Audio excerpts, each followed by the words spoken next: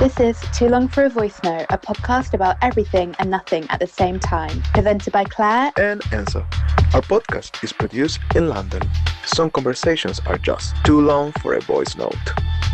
Hi guys, welcome back. She's Claire. And he's Enzo. And this is Too Long for a Voice Note. Welcome to a new episode. Hi everyone. How are you guys? I don't know why I'm like this. I'm like fighting away. Cat. I'm like a little cat.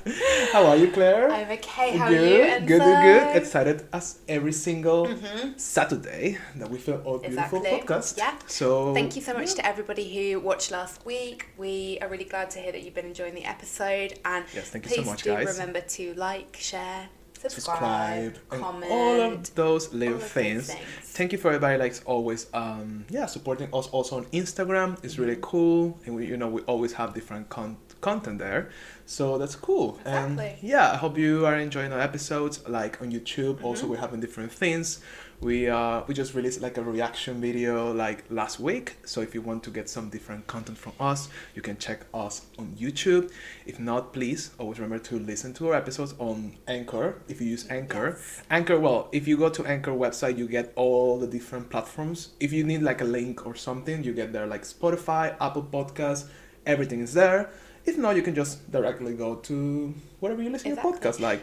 And please what it remember is. to leave us a review because it really supports Please. the podcast. We are looking at you. You better leave us a review. We know. We see you. We see you. We have a few reviews, like 5 stars, obviously. we have 5 naturally. stars. But like every single like a like here on YouTube, it really helps us. Like a subscribe, like if you follow us on Facebook as well, please share it with your friends. All of the little things that you think is like everybody say all the time, it really helps us to keep up in the algorithm. Definitely. We're trying to break that algorithm. Yes. For sure. We're seeing you algorithm as well. So, who's going to go first this week? I think this week is your turn actually. my Because turn. last time was me. Exactly. Was me. So it's you. So, I think it's time for Claire's secret topic of the week. As some of you might know, this week is actually Mental Health Awareness Week. True.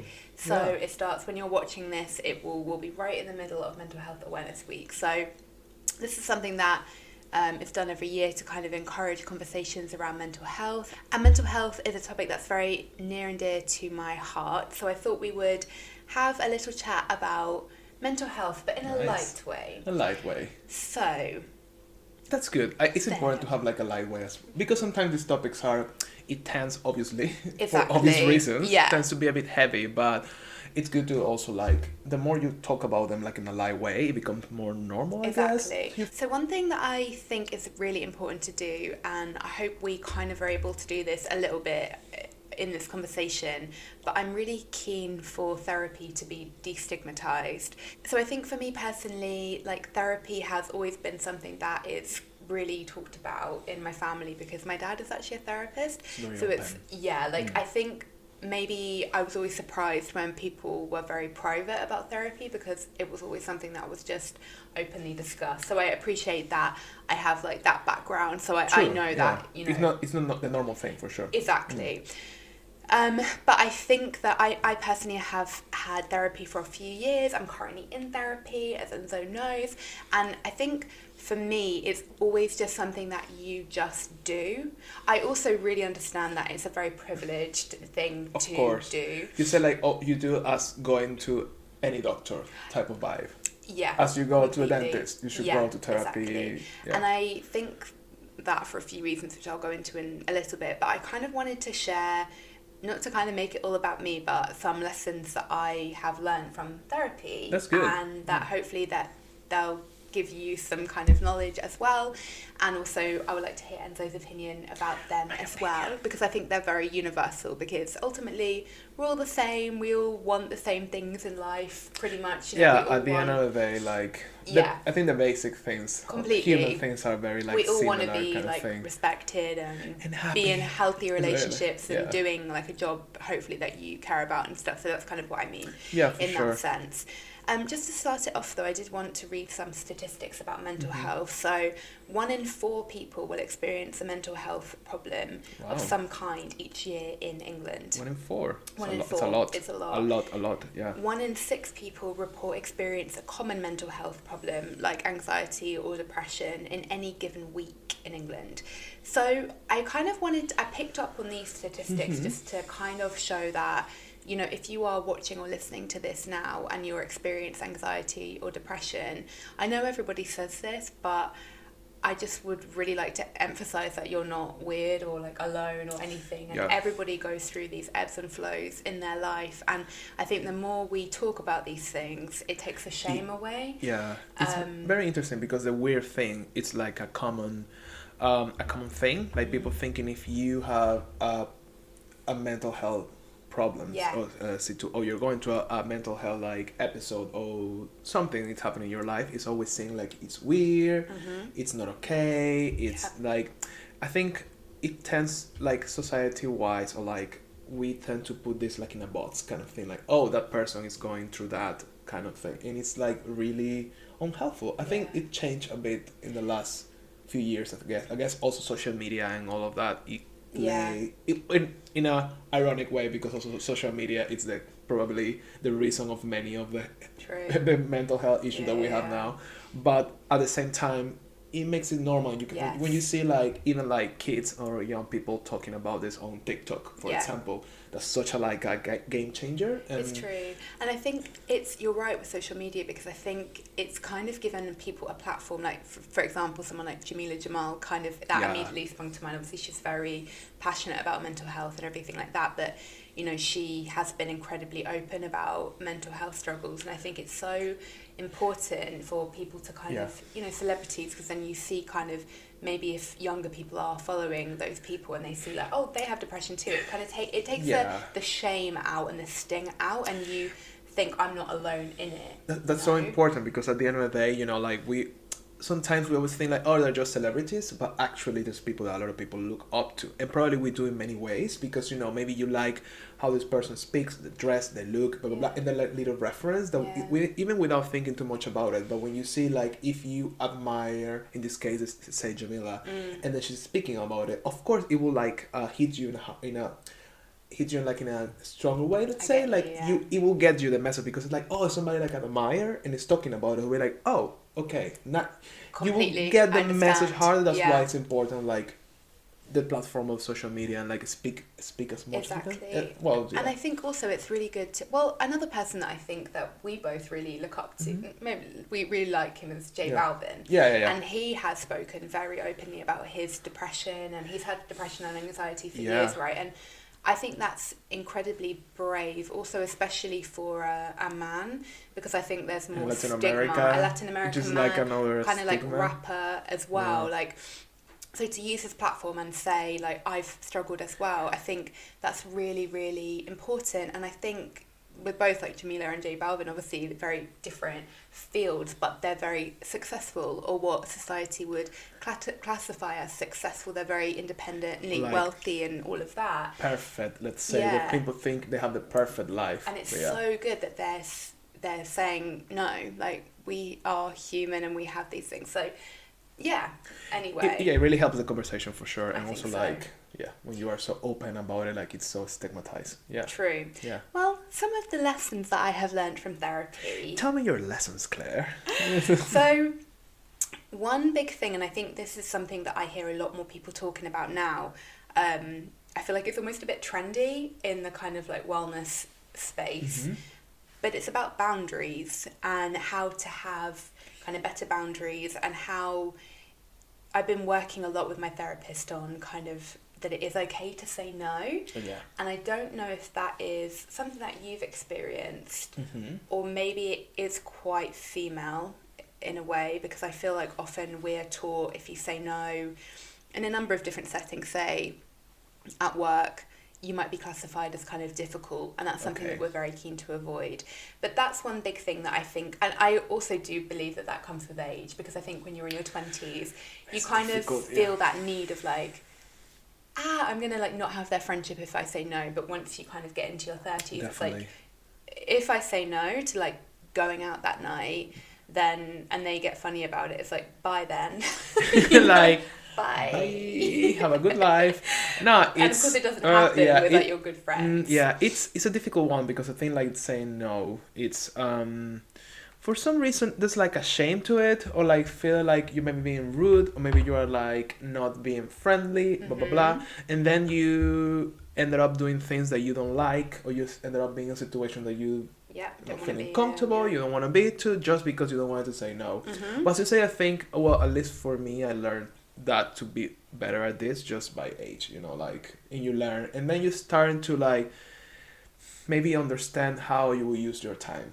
Yes, so that's like true. And that doesn't mean like, you know, like, even if you will spend the time with a really good friend, but maybe that day the best option was better to say no, and you stay by yourself because you need to do something else, or you need to do whatever for yourself, whatever it is in that case. But I think it shouldn't be like a shame or something bad to just, even if it's your friend, to say no, not today. It's totally okay. Yes. Even if it's somebody that you love. It's like, for example, if I'm having a great day and you tell me, Enzo, let's do something, we'll be like, I'm not feeling great today. Let's do that. That's good to be at that as well. I'll be like, you're blocked, removed, never It come will to be my like, house ever excuse again. me. The podcast is over. No, I'm just joking. Yeah, But you know what I mean? Yeah, But I think completely. it's harder with people that you love and you care about, because It's it interesting. feels a bit like you're doing something wrong, but at the same time you have to take care of yourself, and you need to like know where you put your time, or how you where you put your energies, like how you like divide that, It's because true. it can be tiring, you know. I get what you mean. I feel like I actually, like, the older I've gotten as well, I really appreciate it when my friends and family are incredibly clear about their boundaries as well, and how being able to, like, it's not just about you setting the boundary, it's about you accepting other people's boundaries. And I think that can feel like a rejection, but it's not. But I have a really good friend, one of my best friends, and she'll just say, like, I don't want to speak on the phone right now. Like, I just don't want to. That's because awesome. I'm not going to give you my best self, just like what you were saying. And I actually love that, because why kind of like, but I also take that as like a, you're close enough and secure enough in our relationship to say no. And that's really important. And that's what I think happens, kind of like you weed out relationships that aren't maybe meant to be, because, you know, you will, and so, well, hopefully, like, we're close enough for you to be able to say, like, Claire, I just don't want to, and then you're like, it's absolutely fine. Do you know what I mean? And I think definitely, but it's a skill. What else, Claire, do you learn from therapy? So the next thing I have definitely learnt, and I think you hear this, but for me it's taken me a really long time to get this, and I think I'm still not quite there. Taking me a lot of time. It's like, brain catch up. But you can't control or change anyone else. And I think that we think that we can, but we really can't. Yeah. And that's an important one. What you can focus on is your reaction. And I also think that what therapy has done for me, like, in general, is like, if you're feeling a certain kind of way about the way that somebody is acting towards you, maybe it's like triggering sadness or rejection, you have to think about what is that, because it's not really about them, it's about you, and everything that you project. It's not about, like, you think that person's being rude to you. They're not really. Of course, you know, I'm not talking about, like, abusive relationships. Yeah, I'm talking about, like, general, like, healthy, kind of normal relationships. You say more like your response, like, or what you feel out of the action. Exactly. Kind of, so why are you getting so say you're rude to me, it's like, and then I feel like Enzo is so rude, and like, he doesn't want to be my friend anymore, but of course, like, that just isn't true. That's just me thinking about something that maybe is to do with my past or childhood or something like that, or whatever. And really, like, it's my job, or Enzo's job, you know, it's your job to think about, don't put your shit onto other people, basically. Of course, you know, again, this is like just in a normal, healthy relationship. I think because it also is important, like, when we get this reaction, especially, I feel like, you know, maybe the person is having like a bad day also. True. So maybe if I reply to you like, whatever, you know, it's not about like, it's about me, like, blah, blah, blah, blah. Very true. You know, so that's difficult to get to that point of, it's not all about you. You also need to understand that maybe that person from the other side is happening something. Yeah. And maybe it's not the right moment. The person don't want to talk about it right now, or whatever. So it's not about like, and if you're feeling like that, why? If you're feeling like, another friend is rejecting me, my heart is broken, so that's where you go, like, it's your shit that you need to, like, think about it. Yeah. Like, why, if anybody says to you like this little thing, you already will think like it's rejection, for example. And I think that's really difficult. It It's very is, important. and I think that also I think when you have therapy, like if anybody's watching this, you've had therapy, I do feel like you're very cracked open, and so then Okay. you become very aware of all your different feelings and reactions to things, and you notice patterns in yourself. So you notice a pattern like when somebody tells me no, I feel rejected or I feel bad about myself. When somebody cancels a plan, I feel angry, and so it's actually like your job to Why you Yeah. feel that specific way. exactly. Yeah, it's very interesting because, for example, I never had therapy. It's not because I don't want to, just didn't happen one day. Maybe I would like to try, but it's interesting because sometimes when we talk about, and I think it's something like I would say like I learn from you, or maybe like I understand now from you better, Yeah.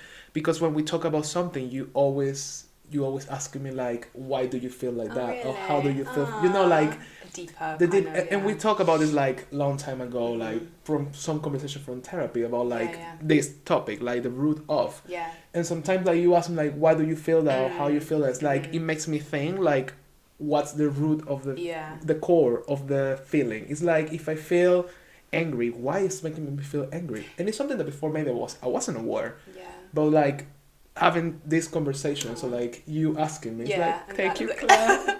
Like you asking me, it really like helps Yeah. you to like, so I understand in that way how therapy will help you, Mhm. because also because we have this conversation and I catch up that and Yeah. it stay with me. You Oh, always good. ask me. It's like okay, Yeah. but for other people maybe not. That's why they should try therapy, because they will like develop this like It's true. It's let's like say, self-awareness. skill. I think Self-awareness, yeah. it is also kind of annoying as well. I will say that as well, because I think I maybe will always be like, but why? Like, why am I? Or with myself as well, like, but why am I feeling that? And sometimes it's just like you don't. But that's the thing. Like my therapist always says, like it's work. This is work, because in a way it's easier just to be like, I'm angry. That's it. And it is, but then you never really change if you're not like, oh, that's why I'm always angry when blah that's blah blah. so But it is important. actually sometimes a bit like tiring, and I have to say that sometimes I'm just so not in the mood for that, Yeah. because it's kind of a lot to kind of always be Yeah. questioning your feelings. Of course, being a person is hard, but it's It true. is. I mean, if you want to like growth and like Yeah. feel better of yourself and about your relationship, it's hard. Completely. I mean, if you want to stay in the same lane and the same thing always, that's your choice. But probably that will like make it difficult for you to like grow for sure. Like Completely. evolution. And I think the last thing, just to kind of wrap the topic up, and this is something that has been one of the biggest takeaways I think that I've had from therapy, and it is that feelings will end, or a feeling will go away. So, for example, I definitely struggled with depression, very depressive feelings, and I think that when you're depressed or when you're down, oftentimes you think it's never going to end, or it's never going to go, and you're never going to feel happy again. But that's just so not the case at all, and that is purely the depression talking. Or like Interesting. when you're angry, I'm never going to not be angry at this person. It's No, not true, like yeah. but it's hard to sit with that, but you always do. You know, it's that thing of like, I always remember like what's down will go up and what's up will go down, and that's life. Like that is one day you're fine, one day you're not, and it's just about learning to manage that. And I don't know why, but for me that's really helped me to kind of ride those kind of sad periods better. And yeah, if you're listening to this Makes and sense. you're in a depression, like please know that it won't always be like that. You know, you will be happy or content again, and that's just life. It's really difficult, I guess, because there are emotions that are really like peak, like Yeah. angry, happiness, sadness. yeah. They're very like a strong emotions. So I guess the feeling of thinking like it will change, Exactly. it's hard. Yeah. It's like because you're like here and the other emotion is like here, or the other Yeah. way around. So it feels like such a long way. Especially I guess to something like depression, that it really like Yeah. change everything in a way. Exactly. So it's difficult to see like Yeah. actually that it may change. And I think imagine, yeah. if you're like get it. kind of like maybe I would say I'm a fairly intense kind of person. If you are intense. Like I feel so happy when I'm happy and really sad when I'm sad. So that can make it like... I think therapy's helped me to like bridge that gap a little bit more and be like, it's okay to be like super happy as well, but like not super... And it's just like, it's just that self-acceptance. It's just like, I know I am like that, and like, you know you are like that, Enzo knows he is, and it's just about like...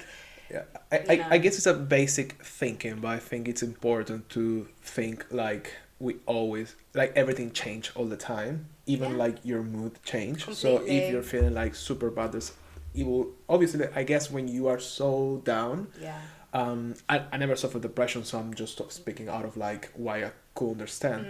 But I guess like it's so difficult to see like a different way, like it's so difficult to see like it may be another way. But that's, I guess, the skills of therapy, because the more you work on it, then I guess something in your brain activates like, okay, it will get better at one point, and that helps you the process. I understand. It may like... Yeah, and just kind of, because of course, like when you're depressed, like, or saying to a depressed person like, oh, cheer up, it will get better. Yeah, it's like when somebody's in a breakup, everyone can probably relate to that, like, cheer up, get over it, you'll meet someone else. It's like, it's not helpful. But just that kind of knowledge of like, we can, because you know, depression is like serious for a lot of people, and for me even, I feel like it's very minimal. Like I'm very like functioning, and thank God, like I've been in a period of like being extremely content. But I think, to be honest, like I still do have this thing in the back of my mind, like, ooh, like what if kind of thing. Yeah, just not having the knowledge that like you will, you know, be better, and like even if it's not somebody else telling you that, because that's sometimes annoying, like you learn how to tell yourself that. So that's kind of everything. Good topic. It's really good. It's really good to talk about these things. I think we need to like really, I think as a generation we are way better than this. I feel like, for example, like my parents or my family overall is not something, I think, especially in Latin America, or at least for what I can see, like in Venezuela, which is my case, but I think it's the case of whole Latin America, we're not really open to therapy. Okay. I think I heard Argentina, like in Argentina, right? Argentina, also because I have friends living there. And like I have a really, really good friend that he's living. Hi, Sergio, if you're watching this. And we had these conversations about like difference about Latin America. I think. And he told me like, in Argentina it's very common. People's like, oh, you have therapy, you have blah blah blah. It's very like nothing, which is really good. But I think normally in Latin America it has this other layer, like, oh, you are crazy. Like therapy is for crazy people kind of thing, and it's such a like a damaging type of way of thinking, or way of like operate, because then if you suffer in some way, you feel very ashamed to try to go to a therapist or something, because, or you keep it like such a secret, and it makes it so much worse. It makes it worse because you feel even more alone, I guess, more like lonely. And it's really sad as well, because you know, some people don't have like really good friends that they can talk to. It's so sad, or like people are ashamed still. I reckon even people our age as well will be ashamed if they're struggling with something. So well, I guess, anyway, you just know, the more we talk about it, always is the better. Yeah, for sure. And if you are thinking about going to therapy, do it. You won't regret it. You never regret investing in your at happiness, the end of the day, you know? It's happiness is health. At the end of the day, it's us going to a dentist we or need whatever. to get it on a t-shirt. Happiness equals health. And you want to buy it. Thank you, love, for the topic. It was really good. Okay, so Claire, this is time for Enzo's secret topic of the week. I wanted to chat about you about something. It's a bit of about. I want to talk about something like it happened recently on media. I want to talk about Billie Eilish. I knew it. You knew I it, knew right? it. She was like, what are you talking about? What are you talking about? And I was like, something that we kind of discussed. And she wasn't, And then she turned me around like, I think I know what you're talking about. I was like, fuck. Yes. Well, for the ones you don't know, like Billie Eilish is this like huge pop artist. Yeah. She's like, I don't know, she had like 3 years of career or something, and she's like one of the biggest artists in the industry. She's only been around for 3 years. It feels like she's been around forever. And famous, like huge has been like 2. It's crazy, like 2 and something probably. Check out those albums. Jeez. Yeah, and she has like, you know, most streamed female artist, blah blah blah, Grammys, all the recognition. And I think it's interesting, like, how big she got, and she started her like, if you don't know her, you're living under a rock. I'm joking, maybe you don't know her, but if you don't know her, mostly you can check her music, have an idea of her. The thing is, like, she was around 16 when she started her career, like 15, 16, now she's like 19, So she's she's not more like a kid, let's say. The whole thing about what I want to speak to you about it, like maybe if you use a lot of social media or like internet overall, you will see that she was on the cover of Vogue magazine like last week, which created like a lot of controversy because if you don't know Billie Eilish, she's very her style, let's say, even though she's a pop artist, but she's very like intense, really deep lyrics, and she appeals funnily like Gen Z kind of thing, but Very, also yeah. millennials, like like her music, it's very like us, we will listen to her music, Yeah, and yeah. like also older people, because it's not like just pop. She's No, just got a really good voice. really good voice, really good lyrics, Yeah. and she's very like artistic, so she Yes. appeals everybody. The thing is, like, her image always was very like baggy clothes, very like sporty, very like Loose very fitting. loose like, fitting. Yeah. And the thing is, like, she's kind of like a rebel, for like, in a way she's Yeah, always been like that. And she spoke about before, like, about her like struggles with like her body, like mental health and depression and all of that. She's very open about it. It's very like, like basically what we're this is like I think it's a very good continuation about the previous topic, because she's basically, like, she speaks about these things like nothing, like very open as it should be, like yes, this and that, which is something maybe our generation, but when you're younger, we didn't have that. It's because that Gen Z generation has grown up with the internet. With the internet, I so think, they're like, it's good though. yeah, I got depression and now I'm better, that type of vibe. Yeah. The whole thing with Billie Eilish, she got this Vogue cover, which is now she's making her comeback, it's her new album, but it got a lot of criticism from some people, in a way that it's like, wow, we're still having this in 2021. The thing is, like, the cover is like 100%, like a total change of her image. Like, she's looking like a very like a pin-up, Okay, like yes. 50s 30s kind of look, like very like woman corset, like she was showing her curves, her body, like, so it was very like a shock, because she's normally hiding her body. Yeah. And in the past she acknowledged this, because she was always like, I'm hiding my body because I don't want to feel like people judging it, because she was insecure, blah blah blah, because she was a kid. That's the thing, she was 15, she was 16, she was a kid, and people were talking about her body, and she was always like, why are you talking about my body? I'm a kid, I do whatever I want.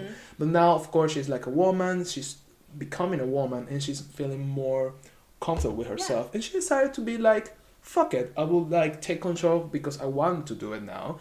And the photos are like, actually they're a bit shocking, because it's like a version, 100% different version. It's like, Yeah. and she looks beautiful, but she looks like it's really different, but in a really good way. But of course the criticism was people like, typical thing, like, she's a sellout, she's this, she's that, because now she's selling her body, she's showing her body. And it's always things with women, when they, as soon as they own their bodies and they are like, I'm doing whatever I want, and they're showing power, like, people attack that, and they say like, you're selling it, you're doing it because something, not because you're feeling good. Something that never happens with a man, of course. So yeah, I want to talk about, I have like a few quotes of things she said, and like, I want to talk like with you about it, and like how it's like, because she was speaking like about owning her body now, and like, it was her choice, she was in control. Actually, she talked with the photographer with Vogue, and she proposed the concept, so everything is like created by her, from her, because she obviously, from especially her point of view, she's being criticized for her body, or like why she doesn't show it. She wanted to make a statement, and it's like, I'm doing this because I want to, and I desire it, and I want to look in a certain way. So, and it's interesting because it's like a coming to an age, kind of like, I'm a woman now, and I'm doing this because I'm feeling good about it. So I wonder if you ever had like that feeling, maybe like like coming to like, I feel like a woman now, and I will, what I mean? Obviously for artists a bit different, because they have different type of pressure, and they need to show things in a way, like. And we didn't have social media when we were turning like 90. Well, we were just probably on the cusp of like that kind of age. And overall, what do you feel about that? Like, well, I think it's kind of like, for Billie, it's kind of a tiring thing that we're still talking about it, isn't it? Because it's with Billie Eilish, like, I love her, by the way, but she literally can't win. It's like we talk about all the time. Women can't win, and I think, like, we really need to emphasize this point of, she was like actually a child like 15, 16. She Now, you know, you're so kind of like your body's changing a lot, and like I can't imagine the kind of scrutiny and criticism that she will come under. I remember like a year ago, it was like she obviously like her boobs had grown, and so she had like her boobs had got like really big, or maybe her boobs had always been big, but she went out in like a tank top. Do you remember? Yeah. And everyone was like, "Oh my god, she's got really really big boobs." It's like, And she was shamed as well. it's awful. She was like, ashamed. Did you say? No, she was shamed. I mean, like they shamed her, like, yeah. oh, big boobs. Oh, she's bigger than we thought it was. It's like, why? What? It's just it's Why she has to be in a way? You know, and first and foremost. it's sort of like I think it's absolutely great and an absolutely great move what she did with Vogue, and kind of going to the photographer and saying like, this is what I think is sexy, like this is how I want to be perceived. And I've heard a lot of people saying like she's a sellout and all of that kind of stuff, but then she's criticised for not using her body in a sexual way. So crazy. Again, she just can't win. And I feel sorry, like, why do you think like people think like a woman is a sellout because she's embracing? Why women's sexuality it's always a problem, and why it's always something bad? It's like, because, you know, owning who you are as a woman. It's negative at the end of the day in any way, because if you're showing your body, you're selling it.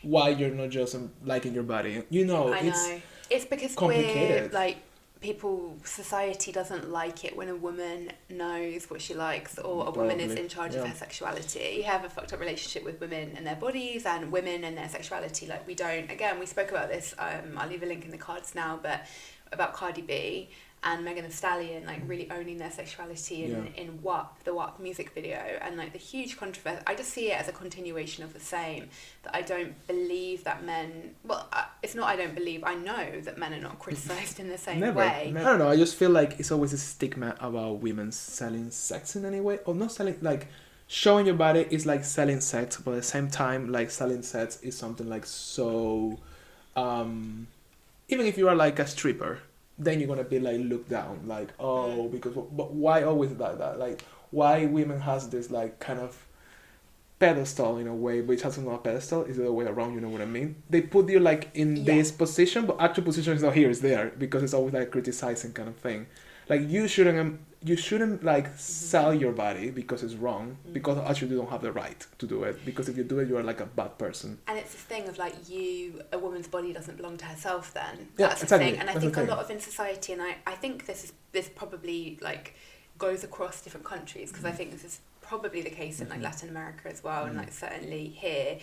I think it's like that Madonna whore thing. Yeah. Like you're either one or the other, and when a woman tries to kind of say like, I'm this and this and that, but I'm also a sexual being, like Billie Eilish is like, I don't even want to say like sexual, because like she's just wearing like clothes like a corset, or like doing her hair in a way that maybe she thinks is sexy. Like it's not even like, it's just a very bizarre thing. But I think we're not really ready for kind of like that somebody can be more than one thing, like they can be a blend of different things maybe, and maybe that kind of plays into it. Definitely. I think it's very interesting how like it's 2021, we're still dealing with this, and it happened in the past with, I don't know, Miley Cyrus, with Christina, and all this Britney as well, that they probably like they talk about them owning their sexuality, like they make their choices to like, I want this because I want to embody who I am and I want to be empowered kind of thing. But it, obviously like, back in the day, like as we talked before, like Miley and Christina and Britney, they were called whores and prostitutes and like selling whatever. And nowadays, all of these years after, we're getting like kind of the same reaction with Billie Eilish. I found interesting, like Jamila Jamil, obviously, she spoke about this because she's very advocate for all these situations. And there was this huge like a headline saying about that she was a sellout, blah, blah, blah, blah, blah, blah. And it's very good point, because she said like, don't let yourself fool what the big media says, because actually she said like, if you go into internet and you check the comments, people are like, you look beautiful, you are great, this is amazing, you do you, blah blah blah blah. But then when you go to the major media, they're like trying to sell a story and they're trying to shame her. And we know we're talking about media, and it could be like, oh, it's just nobody cares about it, but actually it creates like a big effect on people, society, and kids, because these major media, like the say the BBC or whatever, the Sun, like this big True. I'm not saying like BBC say something like that. It was the Sun probably because they are like that, you know. But you put those big headlines saying like, oh, she's a prostitute or she's a whore because she's looking a certain way. That reached a crazy amount of people around the world, and like kids, younger people, also older people, they just reinforce this negative idea of women. But that's why you want to be careful. Like, it's not everybody saying that, and it's true. Like, I think when you go to things or you go to internet, Instagram or Twitter, is everybody's like kind of defending her because in a way Billie became like, let's protect her kind of thing. Yeah, like let's not do this to her as well. Like we lived through this with many other famous pop stars back in the day, and it created like a wave of expectations and problems. So let's not do it again with her, which we can make it different. So I guess we're still in that like edge of we're getting better society, but still there's like this constant fight. Yes, I get you. And I think, you're right to kind of pick up on what the mainstream media is saying, because their job is literally to make you click on an article now. It's more common.